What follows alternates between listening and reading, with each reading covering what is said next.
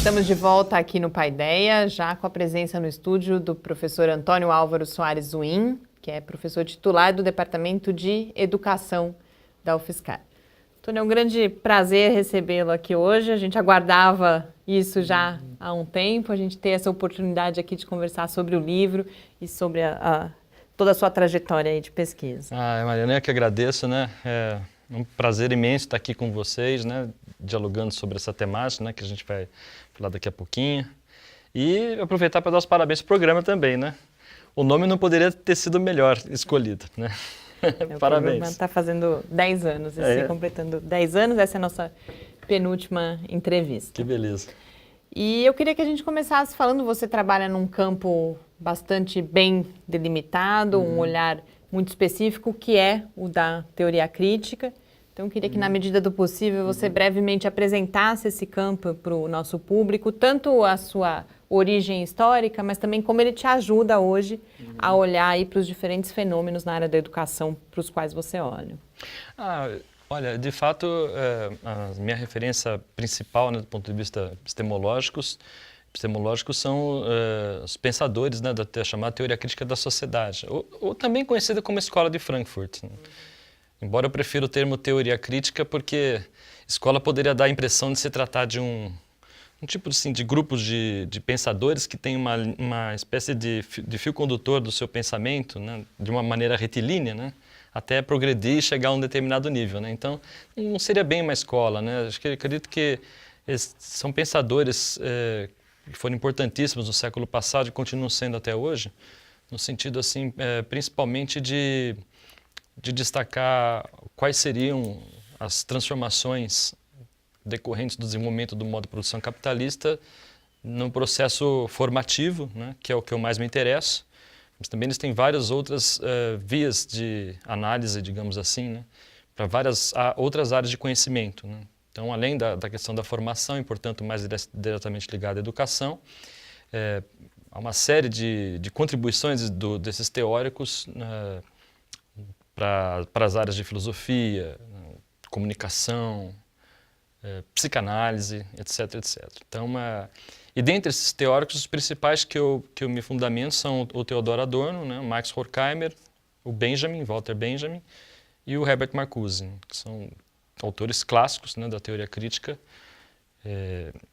e que, principalmente com a ascensão do nazismo, né, no século passado, eles procuraram entender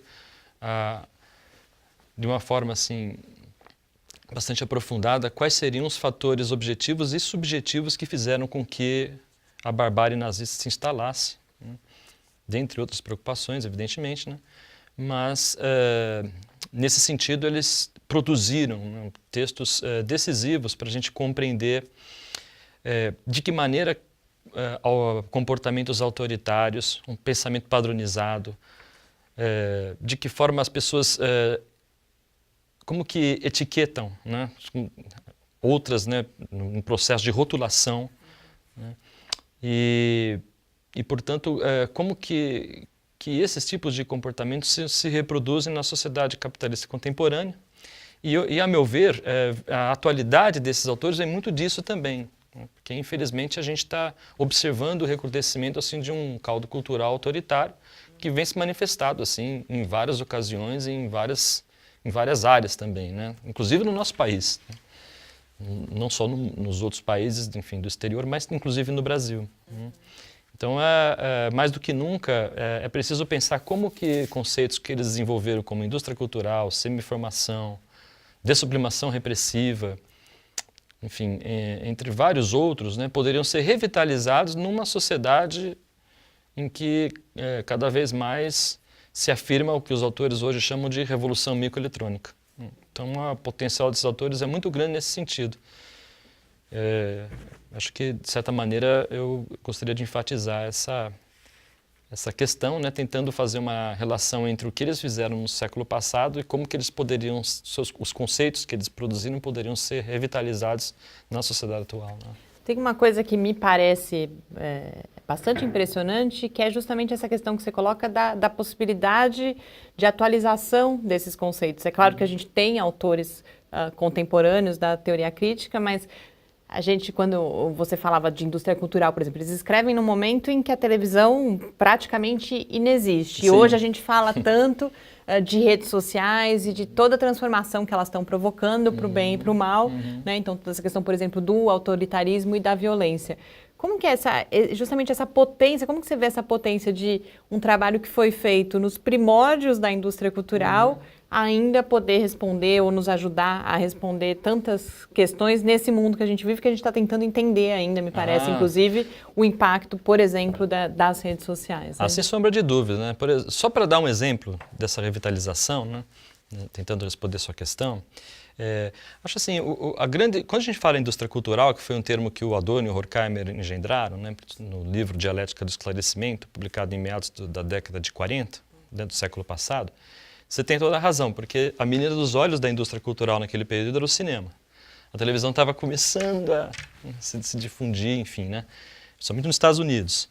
E nesse sentido, eles tiveram uma sacada genial, no meu ponto de vista, porque eles observaram que a indústria cultural, na análise do filme, por exemplo, e se a gente fosse pensar, pudéssemos pensar num blockbuster, nos avós dos blockbusters atuais, né?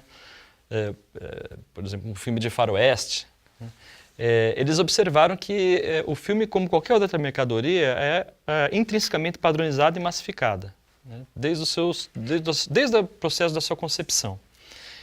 Mas ele é apresentado para o consumo como se pudesse realizar desejos particularizados, desejos individuais. Então você pode dizer o seguinte, eu não gosto de filme de faroeste, eu gosto de filme de ficção científica. Aí o Adorno e o Horkheimer, na Dialética dos Esclarecimentos, diziam o seguinte, bom, utilizando o raciocínio deles, né, para fazer essa comparação, se a gente for observar muito de perto, eles não têm muitas diferenças, porque o enredo é basicamente o seguinte, é uma mocinha que vai ser identificada como tal, vai ser raptada, por exemplo, pelos vilões, e no final, depois dos mocinhos terem comido o pão que o diabo amassou, ela vai ser libertada, etc. Né? Só que ao invés de balas, você tem raio laser, né? Enfim, né? Você tem esses detalhes que são apresentados como se fossem a essência da coisa, quando na verdade são detalhes. E aí você diz assim, então, para o meu gosto, para a minha particularidade, né? Um determinado gênero é mais interessante. É claro que o cinema não pode ser reduzido a isso, né? Evidente, né? O cinema é muito mais complexo do que só o blockbuster em si, né? Mas essa sacada que eles tiveram das mercadorias serem apresentadas como realizadoras de todos os desejos individuais e particularizados, quando na verdade são incrivelmente massificadas, né? Essa foi a grande sacada do ponto de vista da crítica de uma ideologia, né?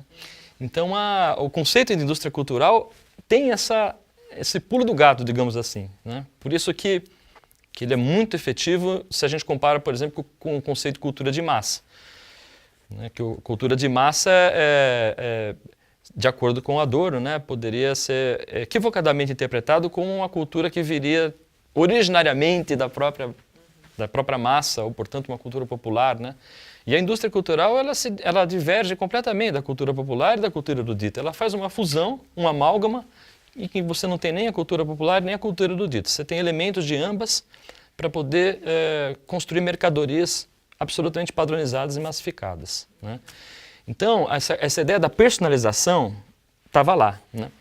Hoje em dia, a gente tem uma tecnologia que permite fazer com que nós tenhamos uma ilusão quase que completa em relação à personalização. Ou seja, só se intensificou, né? Vou te dar um exemplo. Um dia eu abri o Google e tinha umas velhinhas lá nas letrinhas. Era o dia do meu aniversário. Por um momento eu pensei assim, puxa, tá vendo só como eu sou de fato importante, especial. Né? O Google está me localizando no dia do meu aniversário e me homenageia nessa forma, né? Aí eu comecei a perguntar, mas já aconteceu isso com você? Né? O outro falou, sim, eu também, né? Então, quer dizer, é um tipo de personalização incrivelmente potencializada por uma lógica algorítmica que é propriedade, né, de empresas poderosíssimas, no caso do Google, por exemplo, né, que faz com que as pessoas cada vez mais possam ter essa sensação de que, de fato, aquilo é feito especificamente para ela, como se fosse algo exclusivamente da vontade dela, né? quando na verdade a gente tem uma espécie de personalização absolutamente massificada, né? Uma personalização massificada, incrivelmente potencializada por uma tecnologia algorítmica que não existia na época dos frankfurtianos. Mas o conceito de personalização e da crítica à personalização já estava lá. Né? É isso. E aí, mais recentemente, Tony, você tem se dedicado a um fenômeno específico, acabou inclusive de lançar o livro, que é o cyberbullying. Para o nosso público poder ver, que é o Cyberbullying contra Professores. O livro é Cyberbullying contra Professores, Dilemas da Autoridade dos Educadores na Era da Concentração Dispersa. Então, queria que a gente falasse um pouco sobre ele agora, a começar pela história do livro. Você começa a olhar para esse fenômeno. Hoje em dia a gente está aí com o Facebook, já começa a ver, inclusive, que o Facebook talvez comece até a ser substituído pelo WhatsApp, mas você começa quando a gente estava ainda no Orkut. Então, qual que é a história um pouco de toda a pesquisa que resultou agora no livro? Pois é uma história assim... Na verdade, eu enquanto objeto de pesquisa, a presença de práticas de violência entre professores e alunos sempre me fascinou. Eu tentei investigar de que forma isso acontecia, historicamente, né? E eu percebi que, inclusive no trabalho que eu publiquei sobre os trotes, no início dos anos 2000, eu notei que, eu e minha equipe, né, enfim, nós notamos que determinados trotes tinham características específicas em função da forma como os professores praticavam agressões, principalmente simbólicas, em relação aos veteranos, que por sua vez se vingavam dessas agressões nos calouros. Então isso foi um dado empírico muito interessante, porque foi possível relacionar o trote com essa presença, digamos assim, das agressões dos professores, né? E é interessante porque, com o passar do tempo, eu percebi que, após toda a reação que houve, né, em relação à proibição do trote, ao combate ao trote, enfim, somente o trote que mutilava, que assassinava, etc., né, que os alunos começaram a realizar os trotes nas repúblicas, mas, ao invés de ficar no ambiente da república, eles postavam nas redes sociais essas imagens. E aí eu comecei a pensar, bom, em relação ao professor, como que o aluno está observando, qual que é a imagem que os alunos têm dos professores nas redes sociais? Foi essa pergunta que eu me fiz. E eu percebi que no Orkut, na época, então isso foi mais ou menos 2007, né, que havia assim, centenas de comunidades de usuários do Orkut sobre os professores, sobre os mais variados aspectos, e a maior parte deles agressiva, né? Crítica, mas crítica no sentido, não no sentido produtivo né? Da palavra, né? Mas crítico no sentido de agredir e destroçar, né? Os professores e principalmente o que a gente poderia identificar como uma imagem do professor, né? Independentemente das características particulares de cada um. E isso eu trabalhei num livro. Isso falando especificamente de algum nível de ensino, em todos, também na educação superior, por exemplo, ou mais na educação básica? Principalmente no ensino médio e ensino superior. Uhum. Mas comparando os dois, principalmente ensino médio. Uhum. Principalmente ensino médio, isso já no Orkut. Uhum. Aí depois, com o passar do tempo, na medida em que houve eu identifico assim uma espécie de revolução microeletrônica dentro da revolução microeletrônica, que foi a disseminação dos iPhones. Isso de fato foi um ponto decisivo, por isso que eu falo que é uma revolução dentro da revolução, né? Porque com os iPhones 2007 e a tecnologia 2G e a tela touch, e a capacidade, por exemplo, de armazenamento, né, de 4 a 8 gigabytes, por exemplo, todos aqueles PCs físicos, né, que a gente tinha em casa foram transmutados numa coisa desse tamanho, assim, absolutamente imóvel, né? Você pode levar para qualquer lugar, pode utilizar em qualquer instante, né? E aí a gente tem uma transformação decisiva mesmo, em todos os sentidos. E aí eu comecei a perceber que os professores estavam se transformando em alvos dos alunos. Principalmente em situações de sala de aula que os alunos gravavam imagens humilhantes de professores e as postavam no YouTube, principalmente, sobretudo no YouTube, também no Facebook, né? Mas daí eu foquei minha análise no YouTube porque aí sim você tem uma situação de centenas de vídeos, não só no Brasil, mas também no exterior, né? Então, seguindo esse raciocínio, eu procurei digitar algumas palavras-chave para ter acesso a esses vídeos. Aí eu coloquei professor e aparelho celular, né? ou só celular, se quisesse. E aí eu tive acesso, para minha surpresa, a essa quantidade de vídeos, né? Enfim, e aí a partir daquele momento, isso aconteceu em 2013, né? Eu me preparei para tentar entender melhor o fenômeno, porque, infelizmente, a gente tem pouquíssima bibliografia dessa aqui no Brasil. E quando eu fiz esse estágio na Inglaterra, de pós-doutorado, em 2014, eu tive acesso a uma grande bibliografia, uma bibliografia imensa sobre cyberbullying, para entender o que era o cyberbullying, e especificamente sobre o cyberbullying contra professores. Aí, contra os professores, existe pouco material, inclusive no exterior, mas existe. Existem grupos que estudam essa questão, por exemplo, na Alemanha, na República Tcheca, nos Estados Unidos, né? Na própria Inglaterra, né? Eu acabei trabalhando com o professor Chris Kiriakou, lá do Departamento de Educação da Universidade de York, né? Sobre essa temática, né? Que a gente publicou alguns artigos, né? Então, foi assim que eu acabei me interessando, né, pela pesquisa, até depois dos dados que eu coletei, né, e depois da interpretação desses dados, acabei publicando esse livro agora esse ano. Foi isso.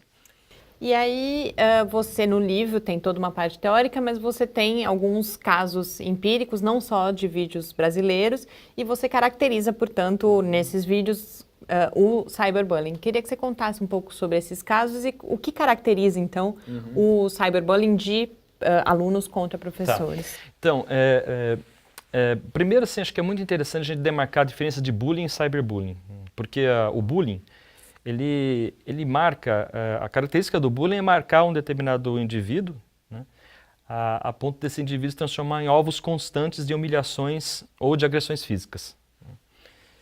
Isso caracteriza o bullying, melhor dizendo, né, com uma espécie de consenso, digamos assim, entre os pesquisadores, né, no Brasil e no exterior. No caso do cyberbullying, existe também essa situação de alguém ser marcado para se tornar alvo constante, né, de humilhações. Inclusive tem produções de textos que relacionam esse tipo de cyberbullying com práticas de suicídio. Já tem uma produção nesse sentido também, né? Casos que aconteceram nos Estados Unidos e na Inglaterra, principalmente. Mas o cyberbullying, basta postar uma vez a imagem que ela vai ficar já se na repete, internet. né? Ela vai se repetir, mesmo que a pessoa adquira o direito de retirá-la na justiça, né? E essa característica do cyberbullying, essa continuidade, essa permanência, né? Que é uma permanência como se fosse um presente que se perpetua eternamente.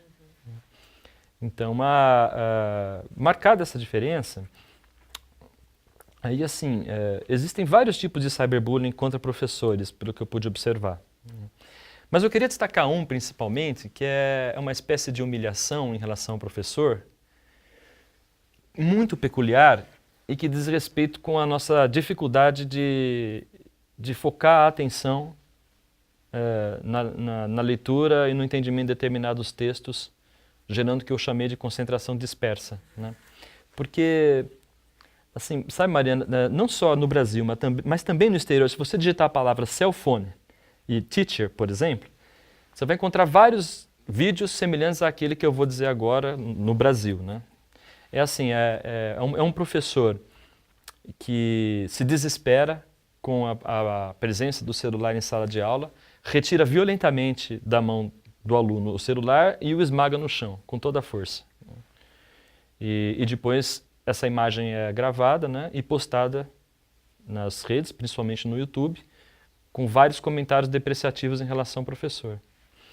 Então, esse é um cyberbullying muito interessante de ser analisado, porque, historicamente, o professor sempre foi identificado como o profissional responsável pela manutenção da concentração num determinado conteúdo que estava sendo aprendido, né?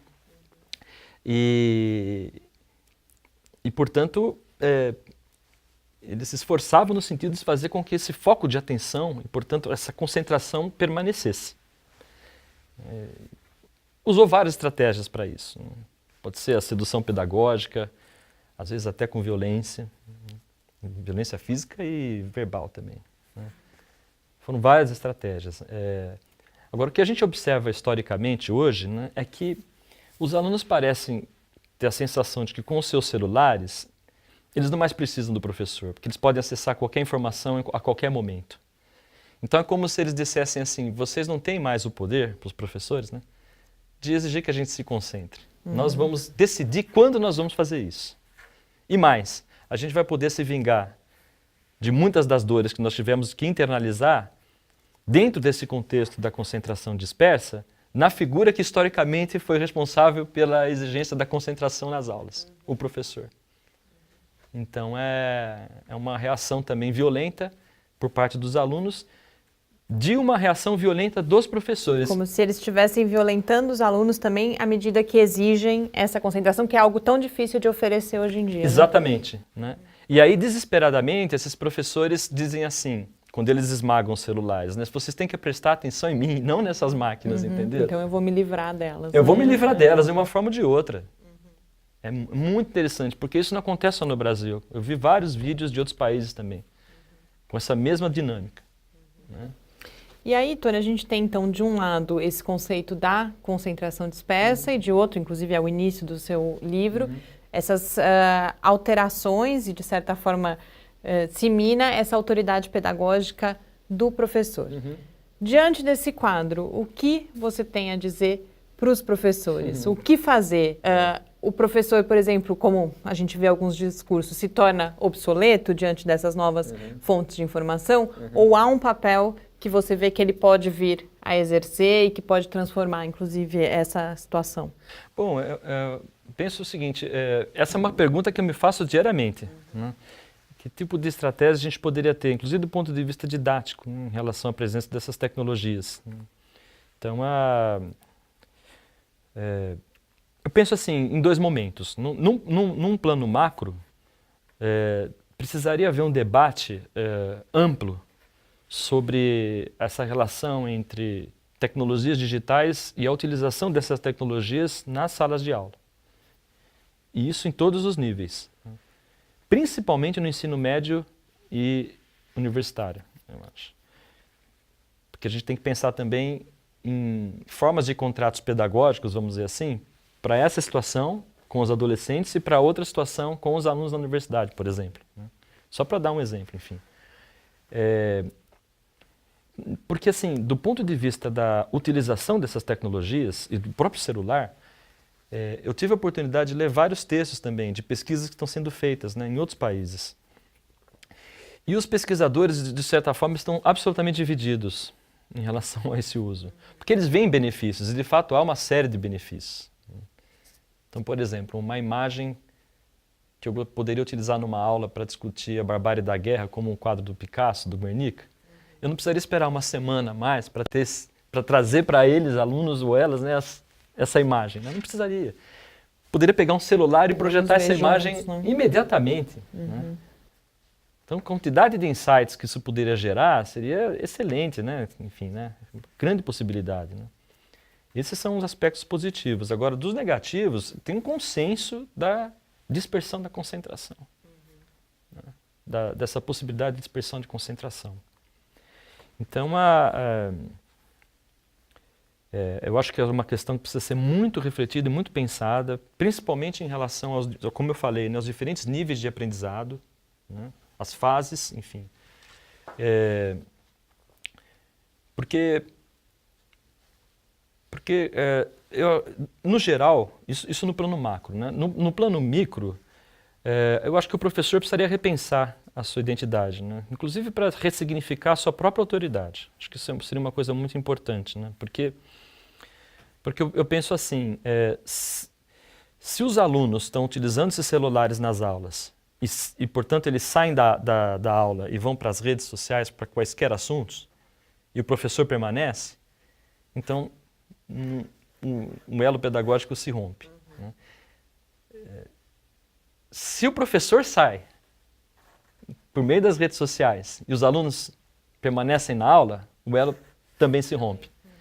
Um parênteses, né? Inclusive, eu sei de situações em que alguns alunos me relataram que tem professores que quando dá a ocasião de seminários, né, os alunos apresentam seminários na E universidade. ele reproduz esse comportamento. Exatamente, eles vão para o fundo da sala e ficam no Facebook deles e resolvendo questões privadas. E não prestam atenção nos alunos. Né? Então, quer dizer, quando os professores saem também e os alunos ficam, quebra o elo. A gente também tem um Se problema. eles saírem juntos, ou se eles ficarem juntos, então aí você tem a possibilidade de um potencial pedagógico por meio dessas tecnologias. Aliás, um imenso potencial pedagógico. Mas que é algo ainda por ser desenvolvido. É, né? exatamente. Então, por exemplo, hoje a gente tem uma situação que eu acho que é absolutamente preocupante, porque os celulares, a lei aqui no estado de São Paulo que proibia o uso de celulares nas escolas foi revogada. Né? Recentemente revogada, faz alguns dias isso. Quer dizer, na minha opinião, teria que ter havido uma discussão ampla, inclusive com educadores, para chegar a uma situação dessas. E mais, né? Quais seriam os contratos pedagógicos que poderiam ser feitos por meio da revogação dessa lei? Porque senão, sem o suporte, você pode só acirrar cada vez mais essa situação de conflito e de violência. Acirrar as práticas de violência, acirrar a insatisfação e o desespero do professor. Como que ele controla isso? Imagina isso numa sala de adolescentes. E com o professor despreparado para absolutamente despreparado. Isso, né? Então, é uma situação absolutamente preocupante. Porque, assim, a proibição em si não é uma coisa interessante também, mas porque você tem que apostar no formativo, né? Na dimensão formativa. Agora, como usar, né? Quando usar? Em que situação usar? Quando ambos usam? Quando não usam? Tudo isso tem que ser discutido, né? Amplamente discutido. Mas não foi isso que foi feito, né? Infelizmente. Né? Tony, nosso tempo está chegando ao final e eu queria, você fala da dimensão formativa e eu queria aproveitar isso para te fazer uma última questão, que é justamente quando a gente sai da sala de aula, porque a gente está falando desse fenômeno especificamente na sala de aula, mas a gente também vê e tem lido muito, e tem muita gente estudando tudo que, justamente, como a gente falava no começo, essas redes sociais estão causando nas pessoas. Então, você tem hoje em dia se fala muito, por exemplo, particularmente aqui no Brasil, essa questão da polarização. Um outro assunto que eu tenho acompanhado é um pouco assim, a morte ou uma desvalorização do conhecimento especializado, justamente porque as pessoas têm acesso ao conhecimento, às vezes tem a impressão, eu não preciso estudar porque eu tenho acesso a esse conhecimento. Então, como que você, de um lado, vê esse cenário todo, esse impacto que tudo isso está causando e justamente essa dimensão formativa? As pessoas precisam ser, inclusive, preparadas para estar nesse mundo que está tão impactado por todas essas tecnologias, não? Sem sombra de dúvida. E acho uma questão muito importante, né? Porque ela desafia todos nós, a todo momento. Né? Todo momento. Então, acho assim, muitas vezes discursos autoritários são absolutamente potencializados por meio das redes. Né? Então, isso é uma coisa que infelizmente está recrudescendo, né? Aumentando cada vez mais. Dificilmente você lê uma mensagem como essa no Facebook, por exemplo. Né? Puxa, talvez você tenha razão em relação a isso. Eu vou pensar melhor a respeito. Eu, sinceramente, nunca vi uma... Eu ia falar, não sei se eu alguma vez já vi algo desse tipo. Eu não me lembro de ter visto isso. Porque uma afirmação como essa, ela remete para um diálogo. Porque, assim, do ponto de vista de uma análise mais apurada, né, desse fenômeno, a gente vê o contrário. Né? Você vê afirmações absolutamente autoritárias, sado-narcísicas, podemos dizer assim, no sentido da pessoa se achar dona da verdade, né? E contundentes, né? No sentido de não dar espaço para qualquer tipo de conversa, né? Efetiva. Definitivas, né? Mesmo. Definitivas, né? Exatamente. Então, isso é absolutamente preocupante. Agora, as próprias redes podem ser usadas também para outra direção. Né? Então, você vê como que as redes sociais foram importantes para os alunos que ocuparam as escolas, né? Reivindicarem melhores condições de ensino, né? Enfim, né? Como que eles divulgaram isso, né? Recentemente, né? Só para dar um exemplo. Então, acho que é imprescindível com que elas sejam usadas também para essa direção, né? E do ponto de vista assim, da produção do conhecimento, né, falando da questão da formação, eu acho que mais do que nunca a figura do professor é importante, sabe? Mas o professor tem que realizar sua autocrítica, porque aquela ordem intelectual hierárquica e afetiva que existia antes da Revolução Microeletrônica, que começou na década de 80, mais ou menos, enfim, né, do século passado, essa ordem está se esfacelando, essa ordem hierárquica, em que o professor se apresentava, digamos assim, como um modelo, né, a ser seguido, enfim, e gradativamente o aluno tinha acesso às informações, né? Então, hoje a gente vive num contexto completamente diferente e o professor precisa se sentir estimulado a ressignificar a sua própria identidade também, né, nesse sentido, e perceber que ele pode aprender muito com os alunos também, e muito, cada vez mais. Então, talvez ambos possam se transformar em autores e artífices, vamos chamar assim, para poder aumentar a escola, né? Como diria Hannah Arendt, assim. Tony, muito obrigada por mais essa oportunidade de conversa agora aqui no Paideia. Parabéns pelo livro. Eu acho que em uma outra ocasião você me falava que, inclusive, é uma leitura interessante para os próprios professores, para que possam compreender isso e caminhar aí nessa autocrítica, em ressignificar, inclusive, a sua prática. Muito obrigada, foi um prazer. Mariana, eu que agradeço novamente, né? Poxa, foi muito legal, adorei, assim, essa conversa, né? As questões também. E parabenizar você e toda a produção pelo programa, né? Tomara que a Paideia permaneça muito tempo, né? Muito obrigada. Em todos os sentidos.